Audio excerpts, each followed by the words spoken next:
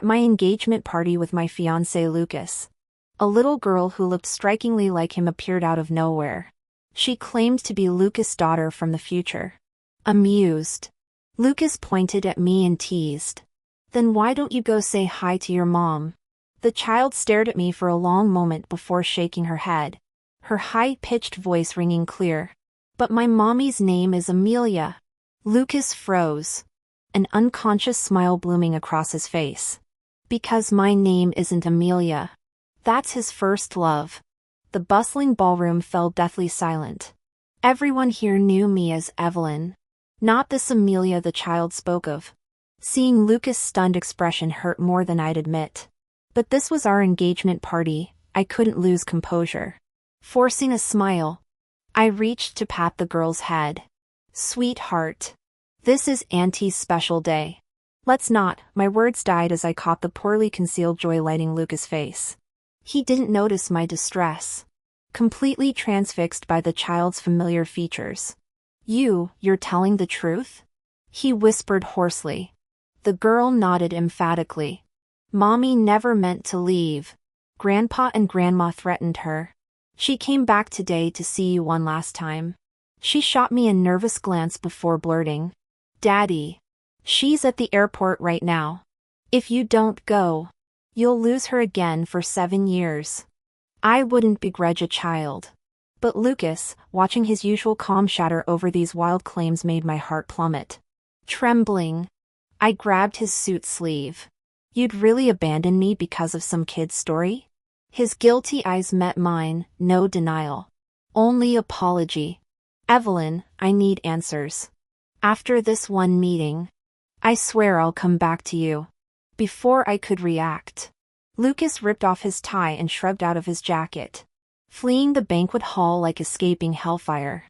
The chandeliers glared as shocked murmurs erupted.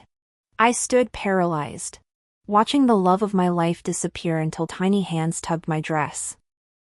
The girl gazed up with liquid dark eyes, her twin pigtails swaying. "See? Daddy doesn't love you. Marrying him will only hurt you. Don't do it. Lucas doesn't love me." Then what was this past year? Some cosmic joke? I first met Lucas sophomore year after transferring to his class. The moment I stood at the podium for self-introductions, my eyes immediately found him sitting in the back row, dressed in a blue and white school uniform t-shirt. Lucas stood out with his sharp eyebrows, starry eyes, straight nose, and composed lips, his entire demeanor radiating quiet arrogance. A teenage crush can ignite in a single glance. That fleeting moment would later reconnect us years later at a reunion dinner that turned into our first date. Before we started dating, Lucas confessed about Amelia, the girl he'd loved who'd chosen money over him and left the country. He asked if I minded his past. Back then, I was too busy comforting him, too absorbed in his pain to notice the lingering melancholy in his eyes when he spoke of their story. That oversight would later allow him to abandon me at our engagement party. Looking back, I got exactly what I deserved for pitying a man. Late that night, commotion erupted downstairs. Descending the staircase, I found Mr. and Mrs. Perry sitting guilt-stricken on our couch with their silent son. From the stairs, I coldly observed the scene. "Evelyn, Mrs. Perry rushed to explain. "Lucas knows he was wrong." He came immediately to apologize. Lucas rose, his voice ragged with exhaustion. "Evelyn, about today." "I'm sorry." Mom snorted, hands on hips. "Took you long enough." Dad threw his drink in Lucas' face before turning to the Perrys. "Our Hayes family doesn't need this sham of an engagement. Get out!" The frozen tableau, my furious parents, the ashamed Perrys, and silent Lucas held until the grandfather clock chimed 11. Remembering my bedtime, I snapped, "Enough!" Turning to Lucas, I ordered, "We need to talk." In the moonlit garden, the swing creaked as we approached. "Could you lower your head?" I asked softly, puzzled but compliant. Lucas bent forward, The slap echoed through the night, my stinging palm matching the red mark blooming on his cheek. Does this settle our engagement humiliation? I demanded. He swallowed hard. I'm sore. Save it. I cut him off as he moved to embrace me. Evelyn. I know you're upset right now. I was wrong. Let's host another engagement party.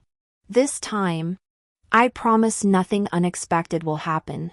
I took a step back, staring at Lucas in confusion. What makes you think I'd ever agree to marry you? Lucas. Who do you think you are? Lucas halted, exhaling wearily. I'll admit I messed up. We'll discuss this when you've calmed down. You know our family's businesses are deeply intertwined. We can't just call off the engagement over something like this. Evelyn. Think about your parents. Don't be rash. My lips curled into a bitter smile. Even his attempt at reconciliation carried subtle threats. Had he ever truly cared for me? Our argument ended badly that night. After Lucas left, I carefully wrapped the few dark hairs I'd collected from his head in a handkerchief. Entering my bedroom, I found Chloe waiting at my desk. Chloe turned towards me, her pout dramatic. You took forever. Strangely, despite her destroying my engagement celebration, I felt no resentment. I smoothed her tousled bangs gently. You should have gone to bed. Tomorrow I'll help find your parents. Chloe shook her head stubbornly. My dad is Lucas. My mom's Amelia. I arched an eyebrow. Lucas rushed to the airport like you insisted. But Amelia wasn't there. You'd better stop repeating that story. The entire Perry family is searching for their mysterious troublemaker. After Lucas abandoned our engagement party, my family had dispersed the guests. We'd taken Chloe to file a police report, but no missing child reports matched her description. With nowhere else to go, I'd brought her home. Later, studying her striking resemblance to Lucas, I'd reviewed security footage. The cameras showed her materializing from thin air during the chaos. Perhaps her wild claims held truth. Whether she came from the future remained uncertain, but determining her relation to Lucas would be simpler. After Chloe fell asleep, I plucked a hair from her head and dialed a private number. I need a confidential paternity test. Immediate results. The lab report arrived within the hour. My fingers trembled as I scanned to the conclusion: no biological relationship between Chloe and Lucas. Bewildered, I traced the child's features that so mirrored Lucas. If not his daughter, then who was she?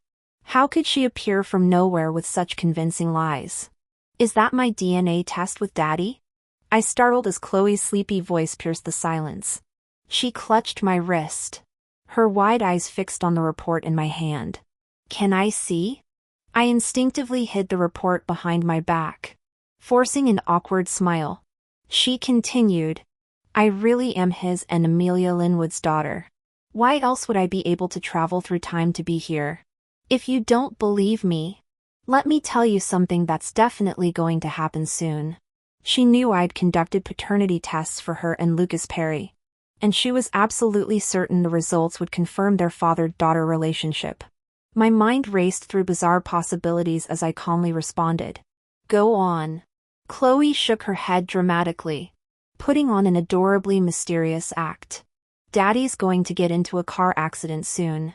You'll try to take care of him, but he won't want you around because by then my real mom will be back in the country. You'll just embarrass yourself. I paused before gently patting her head. When exactly is this accident supposed to happen? The little girl's cherubic face scrunched up in concentration. I don't remember exactly. Sometime soon, I think. I chuckled indulgently. All right then. You'd better sleep on it and see if you can remember more details. Chloe pouted. You don't believe me, do you? Of course I do. I soothed. It's late now. Time for bed. After settling the grumbling child, I retreated to the guest room. Exhaustion pulled me into sleep almost immediately. In my dream, I walked down the aisle arm in arm with my father toward Lucas. The Lucas in my dream looked as devastatingly handsome as ever. He took my hand from my father, declaring before our gathered guests with solemn intensity, "Evelyn, I'll never fail you in this lifetime." For a while, our married life seemed blissful. Then came the second year when I got pregnant. Hormonal changes made me increasingly insecure and emotionally fragile. At first, Lucas patiently comforted me, but gradually his patience wore thin. That's when the anonymous photo arrived, Lucas holding a toddler while standing beside a delicate, innocent-looking young woman. Their radiant smiles as a happy family stabbed through me like physical pain.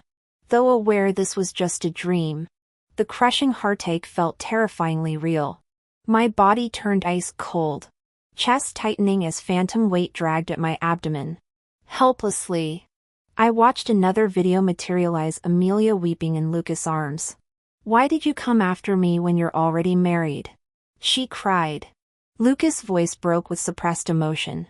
"You left the country pregnant with my child.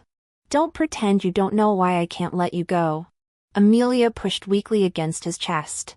"But your wife is about to have your baby. I'll get divorced," Lucas vowed desperately, crushing her against him. The screen went dark before I could see more. In the dream, tears streamed down my face as I stumbled and fell. Blood slowly seeped from between my legs, staining my nightgown crimson and spreading across the floor. Heart-wrenching pain gripped me as I clutched my abdomen, stubbornly dialing Lucas' number with trembling fingers. The phone kept ringing into emptiness. The cold floor bit into my skin. Abdominal cramps twisted viciously, and my chest tightened with sharp stabs of anguish. Suffocating despair enveloped me until the agony jolted me awake. Daylight filtered through the curtains as I wiped tear tracks from my cheeks, whispering hoarsely, "Thank God it was just a dream." At 8 o'clock sharp, I roused Chloe from bed, plucking a few strands from her sleep-tousled hair. I collected matching samples from my own, rubbing her eyes. The child mumbled, "Stop taking my hair. I told you Amelia's my real mom." I gave a non-committal hum, steering her toward the bathroom. "Your new kindergarten awaits. Hurry up." "But I'm practically grown. I want to stay with you," she protested, pouting. My ruthless efficiency prevailed. By mid-morning, DNA results confirmed what I'd suspected. Chloe shared no biological ties with either Lucas or me. Yet the girl remained adamant about being Lucas and Amelia's baby. Setting aside yesterday's humiliation of being abandoned at our engagement ceremony, this situation grew intriguing. After contemplation, I summoned Lucas to a cafe. He arrived first, roses in hand. "Evelyn, about yesterday." I waved off the flowers, cutting through his apology. "Amelia was pregnant when she left the country." The bouquet slipped from Lucas' grasp, crimson petals scattering like our shattered year-long relationship. Any lingering illusions about him dissolved. My past self had been painfully naive. Lucas lunged across the table, gripping my wrist. "What else do you know?" Swallowing bitterness, I forced casual amusement. "Just speculations. Go find her yourself if curious." He stared at his now empty hand, composure returning. "I just need closure." Clutching my coffee cup, I resisted dousing his designer suit.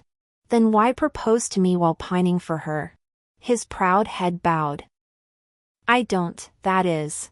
A mirthless laugh escaped me. "Rushing to her the moment rumors surface? That's your version of love?" As he floundered, I scrubbed my wrist with an antiseptic wipe. "We're done, Lucas. Track down Amelia, maybe she's raising your child alone overseas." The words tasted like ashes, yet somehow freed me. "According to my investigation, this child most likely isn't yours." When I left the cafe, Lucas remained seated deep in thought. Watching his conflicted expression from afar still stung a little. We'd been dating for a year. Until yesterday, Lucas had been the perfect boyfriend, sharing joys, comforting sorrows, showing constant respect, caring when I was ill. Not to mention 6 months ago when he shielded me with his own body during our car accident. His actions made me believe he truly loved me. Everyone said we'd have a blissful future when we got engaged. I never imagined I'd lose to his first love.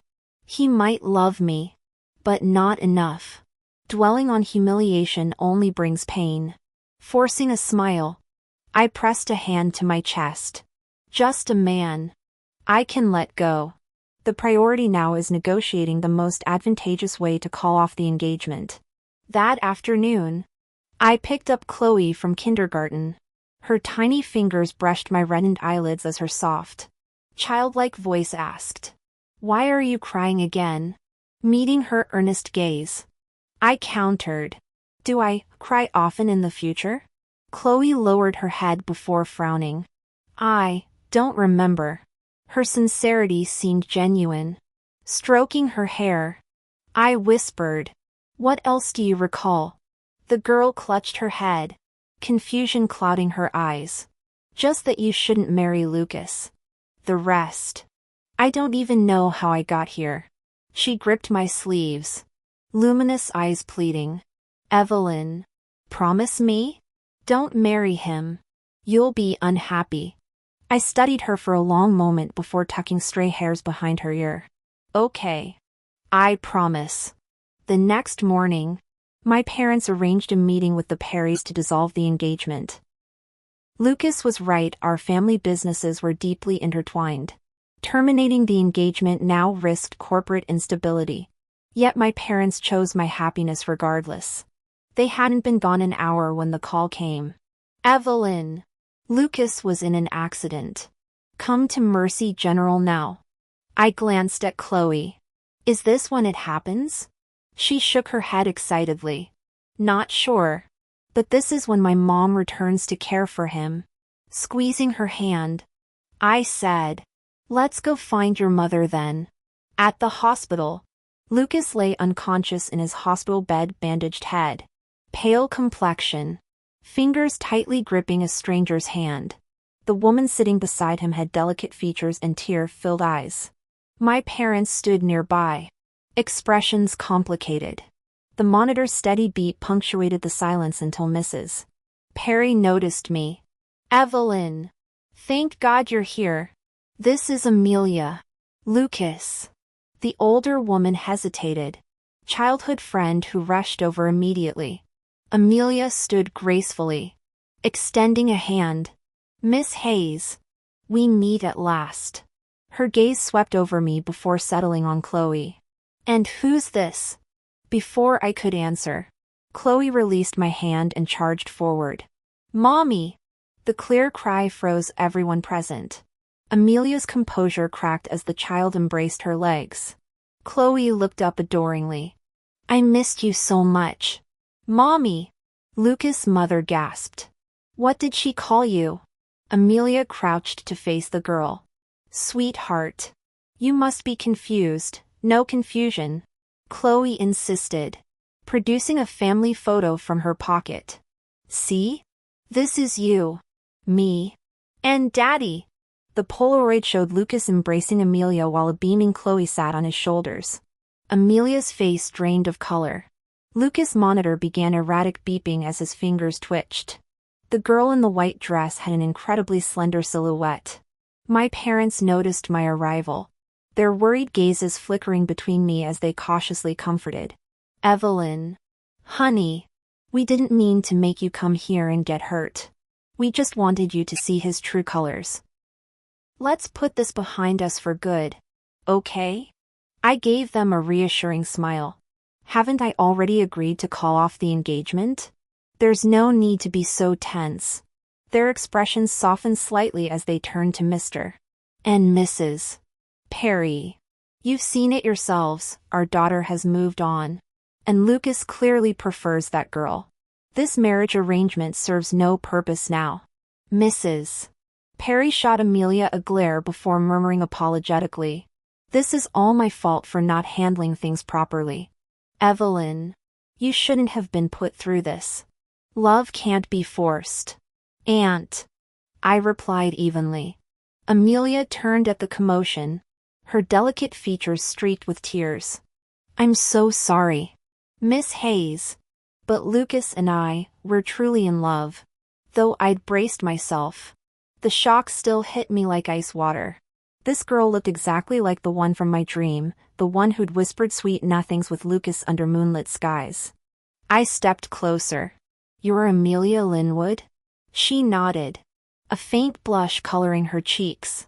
Did Lucas mention me? My gaze dropped to the child clinging to my hand before snapping back to Amelia's face. She continued softly. I never meant to come between you this past year, Miss Hayes. I nudged Chloe forward, whispering, Your mother? The girl pouted and hid behind me. After a beat, I smiled brightly. Miss Linwood, have you heard how Lucas abandoned me at our engagement party because of some little girl's prank?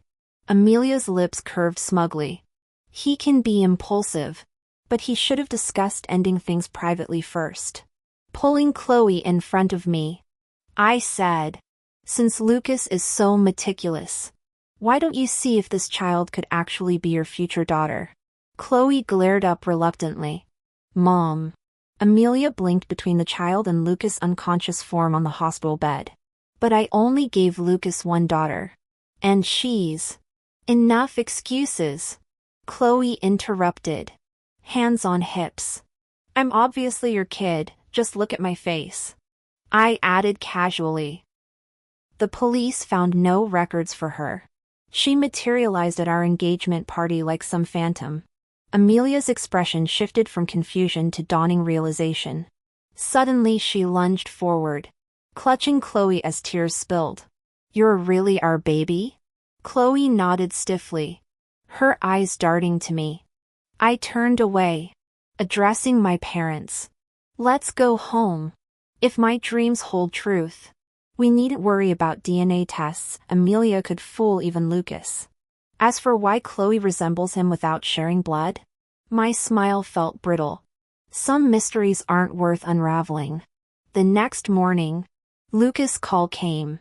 Evelyn, I love you, but I have to take responsibility for Amelia and Chloe now. Though it sounded absurd, Chloe, that little girl from that day, was telling the truth. I lowered my head to organize documents related to our intertwined business operations, nodding absently. Congratulations. Lucas choked on air, disbelief coloring his voice. Don't you have anything else to say? His audacity made me laugh bitterly. What should I say? That I can't live without you? Lucas, if you truly feel any remorse, compensate me with tangible benefits.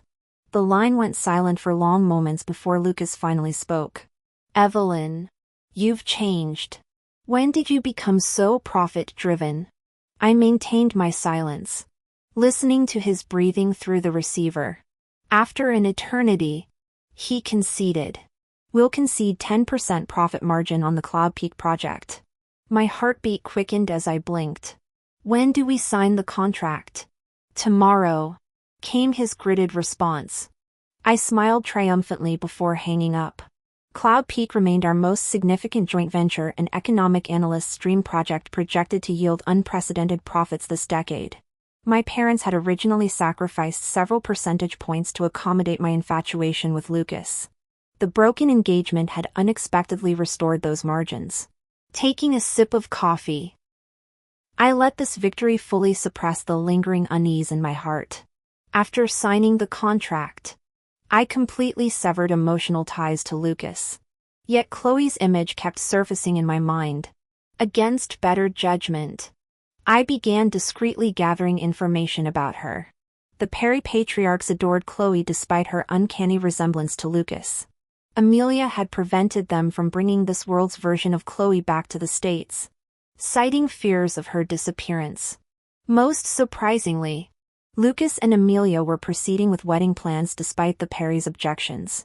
When formal invitations arrived at my office, I'd nearly declined until remembering Chloe's involvement. On the wedding day, my grand entrance stunned guests who never expected my attendance. Lucas's gaze turned complicated, his feet shifting toward me instinctively until Amelia's vice-like grip anchored him to her side. The bride's poorly concealed hostility evaporated when I raised my champagne flute and sardonic toast from across the ballroom. Lucas truly was despicable. He'd abandoned me for Amelia over Chloe's outlandish claims, yet now wavered at my mere presence. Men always coveted what they couldn't possess. Circulating through the crowd with my drink, I finally found Chloe tucked into a corner. The girl sat nibbling petit fours like a chipmunk hoarding acorns, adorably unaware of my approach. Unable to resist, I snapped a covert photo. The shutter sound made her glance up. Spotting my camera, Chloe beamed and framed her frosting smudged cheek with peace signs, urging more photos. Laughter bubbled up as I obliged, capturing her guileless joy. As I set down my phone, Chloe approached me. "I thought you wouldn't come," she said. "I was figuring out how to find you." I arched an eyebrow and smiled. "Why look for me?" The smile froze on Chloe's face as she pouted. "I'm leaving soon. Wanted to see you again." My grip tightened on the phone, heart clenching painfully. "When?" Chloe shook her head. "Not sure. Could be any time." We stared at each other in silence, her eyes growing teary. When the wedding vows began at the altar, Chloe sniffled and rushed over, clutching my skirt hem. "Can I stay with you before I go?" she pleaded, tilting her face upward. The ache in my chest made refusal impossible. I bent down to clasp her chubby little hand, nodding firmly. "Okay." Chloe wanted to visit the zoo. Never saw tigers, lions, or pandas, she insisted. I chuckled. "Your parents never took you?" She scrunched her nose mischievously. "Just wanna go." All right. All right. I always had endless patience for Chloe, even when the zoo grew tedious. I trailed after her. She darted through crowds like an excited sparrow, calling over her shoulder, "Why so slow? Hurry up!" My heels clicked rapidly as I panted behind her. "Coming!" "Slow down!" Passing a mother with a toddler, I overheard her murmur, "When will you walk like that, big sister?" Mommy's arms are tired. Our eyes met when she looked up. "No offense." She smiled sheepishly.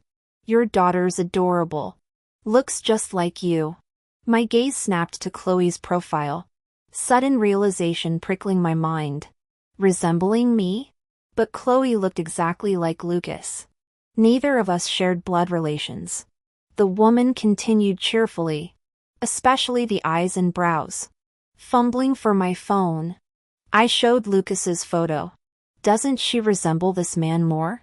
The mother laughed. "Girls often take after fathers. But she's your perfect blend." I stood frozen, her words echoing as Chloe tugged my hand.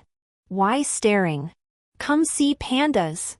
Dropping to her eye level, I cupped her face urgently. The DNA test showed no relation to Lucas. "You knew?" Chloe shrugged. "Oh." My voice tightened. I also checked mine. Panic flashed across her features before I finished. "We're not related either." Her expression gradually smoothed under my gaze. I heard her say with a childish giggle, "It's perfectly normal. I'm from the future. And since identical people can't coexist in the same timeline, that's why the DNA test between Dad and me came out wrong. Just look at my face, I couldn't exist without him." I chuckled bitterly. "But that woman earlier said your eyes look just like mine." Lucas's body jerked. I closed my eyes, throat tightening. Silence stretched between us until sorrow rose like floodwater, stinging my nose and blurring my vision. If Lucas truly was her father in some unfathomable way, yet their blood ties remained unrecognized by this reality, did that mean my own connection to her was equally invalid? Was this why I'd felt that inexplicable pull toward her from the start? The zoo's announcement system crackled to life, urging visitors to queue for panda viewing before closure. Chloe wiped my tear-streaked face with her sleeve. "Time's running out. Will you take me?" she implored, her wobbling voice hooking into my heart. When? My voice shattered. When are you leaving? Instead of answering, she hugged my arm tighter, pressing her face against my sleeve. Please?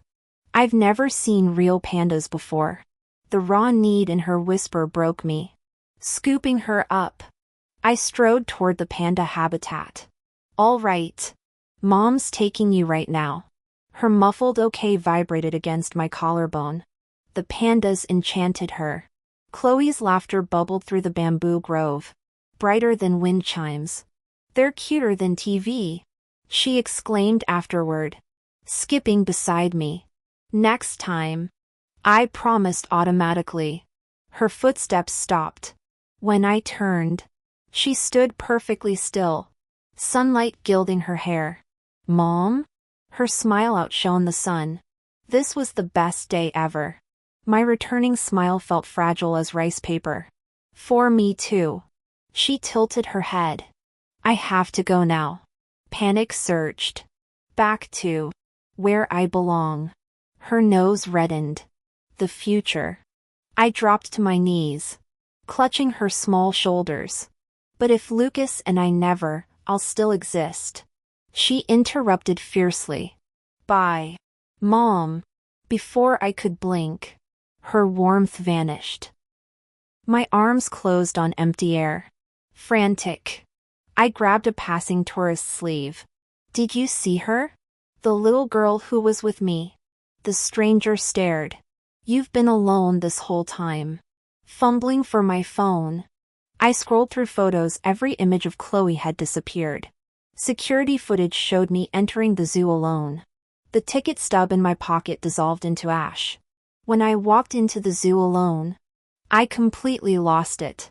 Chloe, she'd vanished without a trace. Returning home in a daze, my parents rushed to comfort me. Evelyn, Mother pleaded. Lucas is married now.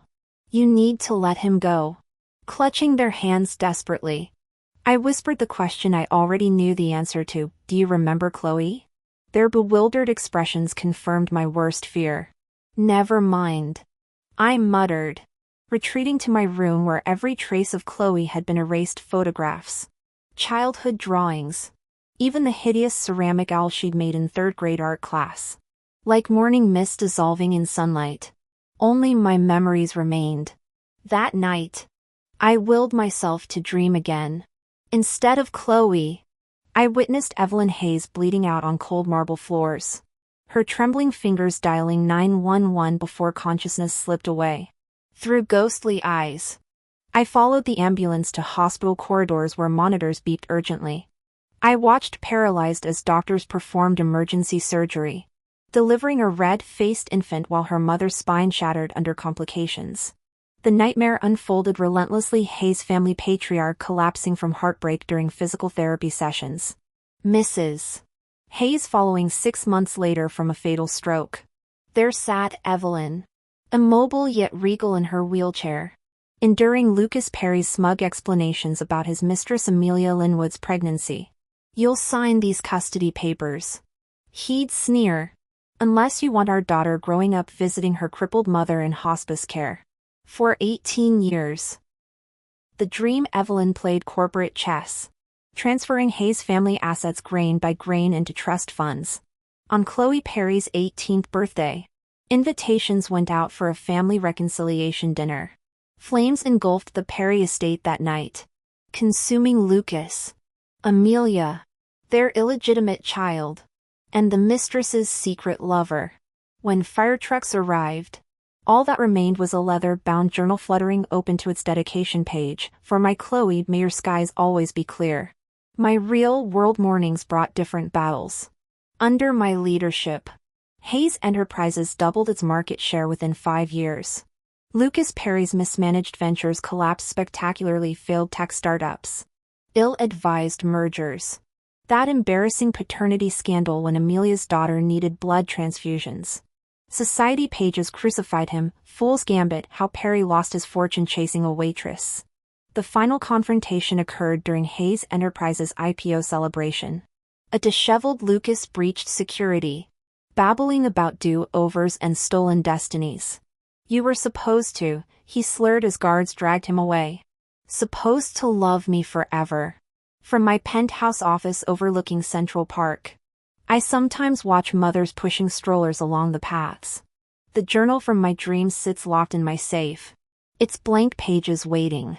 This morning's Wall Street Journal reports Perry Holdings filing Chapter 11. My assistant brings coffee, unaware of the ashes swirling behind my eyes. The zoo stands unchanged across the street, its gates wide open. I haven't dreamed of fire in 13 years. I clearly married Evelyn. Evelyn became paralyzed after giving birth to Chloe. So why is this happening now? What exactly went wrong? I stepped on my leather boots, staring down impassively at the man lying on the ground like a dog.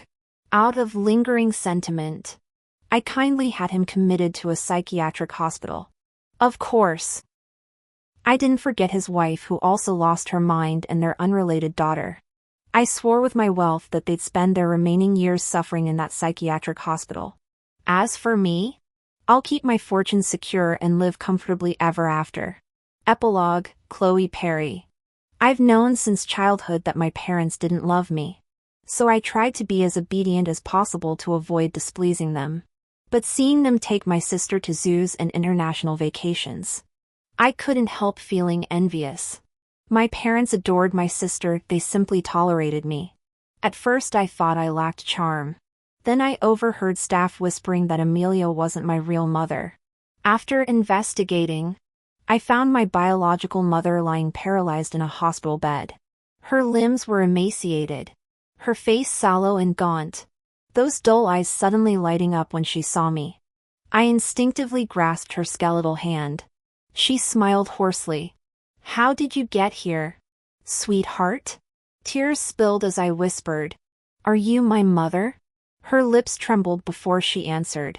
Not until you turn 18. That afternoon overflowed with warmth I'd never known. From then on, I secretly visited her weekly, bribing staff with my allowance. After our first meeting, she became strict, drilling me on studies, ethics, and corporate strategies during Perry Industries' vulnerable moments. Years passed. I began understanding her anguish and fading will to live. On my 18th birthday, overwhelming dread struck. She ordered me to visit my maternal grandparents' graves. When I hesitated, she snapped bitterly. What? Can't take orders from a cripple? The tear trailing her wrinkled cheek made me relent. Turning to leave, I impulsively called Mom. No response came. As usual. Liar! I muttered, trudging away. But as the door clicked shut behind me, I heard the faintest hum. Whirling around, I found her door already closed by nurses. That fragile affirmation filled me with joy, drowning out my unease. I hurried through the cemetery, determined to return for my birthday celebration to hear her sing, to finally bring her home. 2 hours later, they told me she was gone. She dragged the 3 people who had ruined her entire life into the fire with her. When I arrived at the scene, someone in the chaos handed me a notebook. The first page read, May my precious Chloe Perry always find peace and prosperity. Those shaky characters were painstakingly written with a pen clenched between her teeth. Subsequent pages contained detailed asset records and names of contacts she'd carefully curated to help me. Tears streamed down my face as I flipped to the final entry. Scrawled in the same labored handwriting were the words, Forgive my selfishness. The pain has become unbearable, I can't endure this existence another day. How could she ever need forgiveness? She never wronged me. I whispered hoarsely to the smoldering ruins. A rainbow unexpectedly pierced through the ash-gray sky. Clasping my hands in prayer, I made my vow to the heavens, if rebirth exists, let her bypass all earthly suffering next time. Erase me from existence if necessary. The wind carried what sounded like a celestial whisper in response, the covenant is sealed.